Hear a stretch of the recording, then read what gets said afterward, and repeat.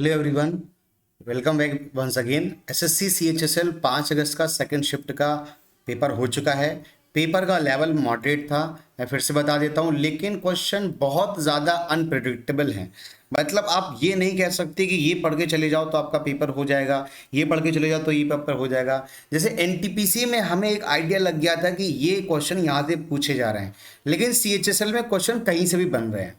अब ये मान के चलिए अगर 25 क्वेश्चन है तो उसमें 5 क्वेश्चन तो ऐसे आ रहे हैं जो हर बच्चा कर लेगा, बाकी के 10 क्वेश्चन के लिए आपको पढ़ना पड़ेगा। लेकिन बाकी के जो 10 क्वेश्चन ये काफी डिफिकल्ट बन रहे हैं। तो मैं ये कह सकता हूं कि जीए का पेपर एक बढ़िया लेवल का पेपर आ रहा है, डिफिकल्ट लेवल का पेपर आ रहा है। और जो भी बच्चा जीए का जो मार्क है, जीए का जो एग्जाम है, जीए का जो सेक्शन है उसे अच्छा करेगा, उसके मार्क्स अच्छे बनेंगे। तो स्टार्ट करते हैं हमारे सेशन को। कौन कौन से क्वेश्चन बने हैं पहले मैं आपको बता देता हूं कि अगर आपने गुड अटेम्प्ट, मैं आपको बता देता हूं कि इसमें कितना गुड अटेम्प्ट है। राइट, तो अगर आपने 60 से 65 क्वेश्चन किए हैं, सॉरी 60 से 65 तो कम हो गया, राइट। अगर आपने 70 से 75 क्वेश्चन सही किए हैं, और आपने कितने क्वेश्चन टोटल किए हैं, अगर आपके 70 से 75 क्वेश्चन सही हैं तो डेफिनेटली है कि आपने अच्छा एज लिया है इस पेपर में। स्टार्ट करते हैं, क्योंकि मैथ्स का सेशन भी मॉडरेट से डिफिकल्ट लेवल का था, रीजनिंग का जो सेक्शन था वो भी मॉडरेट लेवल का था। जो अगर जीएस की बात करें तो ये वाली जो शिफ्ट है ये मॉडरेट से डिफिकल्ट होगी जीए के सेक्शन में। चलिए, पहला क्वेश्चन है यहाँ पे कि एक पिस्तौल बनाई थी डीआरडीओ ने, आसमी पिस्तौल। अब कुछ बच्चों ने कहा कि सर ये पूछा था कि आसमी पिस्तौल मतलब जो डीआरडीओ ने पिस्तौल बनाई थी, भारत की स्वदेशी पिस्तौल, उसका नाम क्या था। कुछ बच्चों ने ये कहा कि सर वो पिस्तौल किसके साथ मिलकर बनाई गई थी, ये क्वेश्चन पूछा गया था। कोई बात नहीं, मैं सारी चीजें बता देता हूं, एग्जैक्टली क्वेश्चन नहीं निकल के आ पाता है। देखो दोस्तों, डीआरडीओ ने एक पिस्तौल बनाई थी जिसका नाम था आसमी पिस्टल। ये पिस्टल डीआरडीओ ने इंडियन आर्मी के साथ में मिलकर बनाई थी। तो इसका आंसर जो होगा वो इंडियन आर्मी होगा, अगर ये पूछा गया है कि जो है वो किसके साथ मिलकर बनाई गई थी। और अगर ये पूछा गया कि पिस्टल का नाम क्या था तो आपको याद रखना है आसमी पिस्टल नाम था इसका। दूसरा क्वेश्चन पूछा गया कि रुधिर परिसंचरण तंत्र की खोज किसने की। ये बच्चा कह रहा था कि सर हीमोग्लोबिन पूछा गया, जो कि बिल्कुल गलत है। रुधिर परिसंचरण है जिसकी खोज की थी विलियम हार्वे ने। यहीं से क्वेश्चन और बनता है कि देश का पहला हृदय प्रत्यारोपण किसने किया था, तो क्रिश्चियन बर्नार्ड ने किया था। एक क्वेश्चन और पूछा जाता है कि रुधिर में जो ब्लड ग्रुप होता है उसकी खोज किसने की थी, तो कार्ल लैंडस्टीनर ने की थी। तो आपको आइडिया होना चाहिए कि अगर ब्लड ग्रुप पूछे तो कार्ल लैंडस्टीनर, अगर रुधिर परिसंचरण तंत्र पूछे तो विलियम हार्वे, है ना। और अगर वो आपसे जो है सबसे पहले हार्ट ट्रांसप्लांट पूछे तो क्रिश्चियन बर्नार्ड, आपको याद रखना है।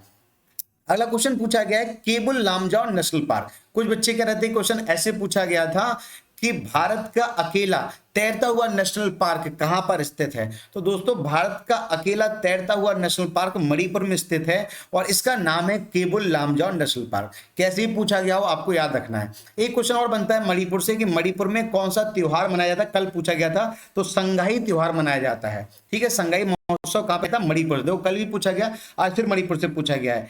और संगाई ये क्या, एक हिरण का नाम है, तो संगाई हिरण, संगाई नेशनल पार्क भी है यहीं पर, और ये यहाँ का राष्ट्रीय पशु भी है मणिपुर का। आगे चलते हैं, तो राजकीय पशु। अनुच्छेद 48 किससे संबंधित है। अब क्वेश्चन ऐसे भी बन सकता है कि पशुपालन जो है वो किस अनुच्छेद में दे रखा है। तो दोस्तों, अगर ये पूछा जाए कि किस अनुच्छेद में दे रखा है तो भी हमारा 48 हो जाएगा। और अगर ये पूछा जाएगा अनुच्छेद 48 में क्या संबंधित है तो पशुपालन हो जाएगा। दोस्तों, अगर हम अनुच्छेद 48 की बात करें तो ये आता है, किस में आता है, डीपीएसपी में आता है, directive principle of state policy के अंदर में आता है। अच्छा, directive principle of state policy से आर्टिकल 40 भी पूछा जाता है। ये पंचायती राज के बारे में, ग्राम पंचायत का गठन जो है वो दोस्तों आर्टिकल 40 के आधार पर होता है। इसी तरीके से आर्टिकल 45 भी पूछा जाता है जिसमें प्राइमरी बच्चों को फ्री शिक्षा दी जाती है। ये आर्टिकल 45 है, इसे भी आप याद रखना।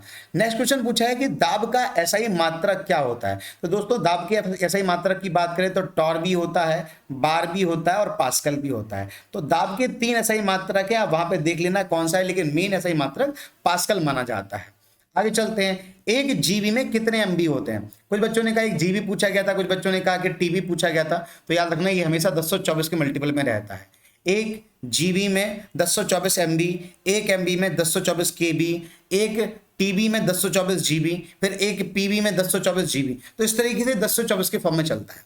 आगे चलते हैं, नेक्स्ट क्वेश्चन पूछा गया कि भारत में सर्वप्रथम अंग्रेजी शिक्षा की शुरुआत किसने की थी।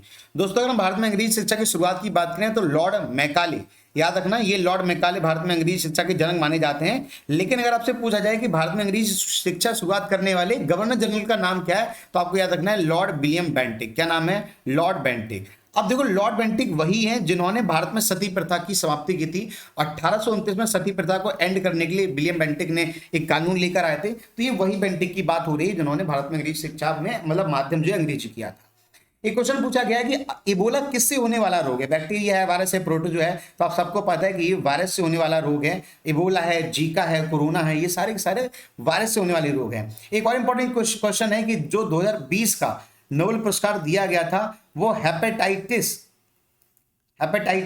सी बीमारी के लिए दिया गया था और ये वायरस से होने वाली बीमारी है। ठीक है भाई, तो हो सकता है आपसे क्वेश्चन पूछ ले आने वाले उसमें। नेक्स्ट क्वेश्चन पूछा गया कि international film festival of India की मेजबानी किस राज्य ने की है, मतलब किस राज्य ने इसे होस्ट किया था? तो याद रखिएगा दोस्तों, इसे आईफा अवार्ड कहते हैं। ये गोवा ने होस्ट किया था। जो हाल ही का आईफा अवार्ड हुआ था वो गोवा ने होस्ट किया था। ठीक है, गोवा से क्वेश्चन पूछा जाता है महावीर स्वामी नेशनल पार्क कहाँ पे है, दूध सागर जलप्रपात कहाँ पर है, माजुरी नदी, बरकला बीच, पालोम बीच, ये सभी कहाँ पे है? गोवा में है। अगला प्रश्न, गोवा में देश का अकेला ऐसा राज्य है जहां पर आर्टिकल 44 अप्लीकेबल होता है। सूर्य के निकट कौन सा तारा है? तो सबको पता है सूर्य के सबसे निकट जो तारा है इसका नाम है प्रॉक्सिमा सेंचुरी। यही सूर्य के सबसे निकट का तारा माना जाता है।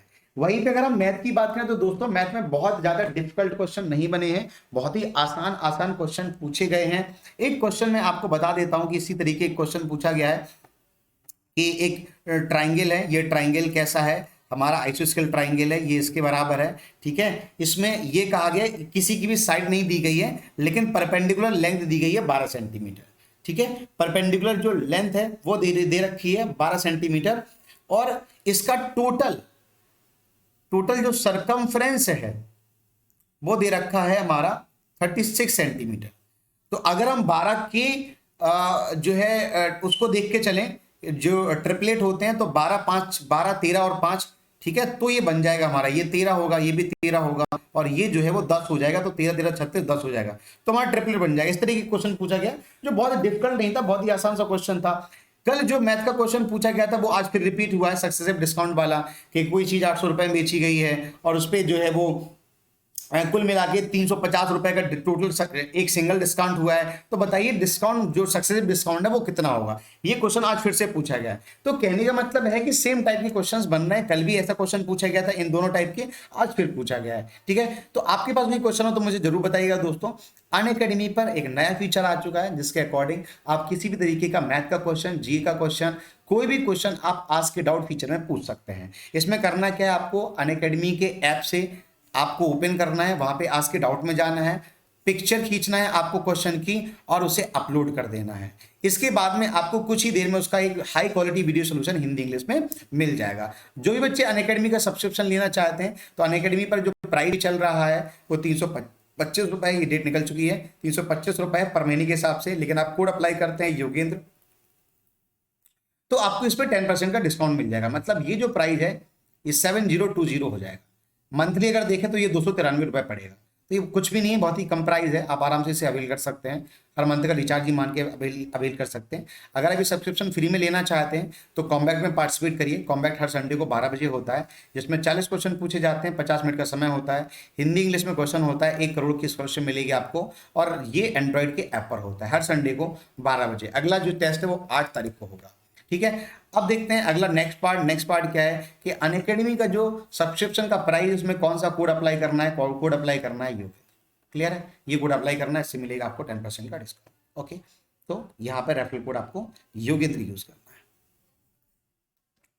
ठीक है, so thank you all, bye bye all, देखते रहिए, बने रहिए let's crack SC and rail पर।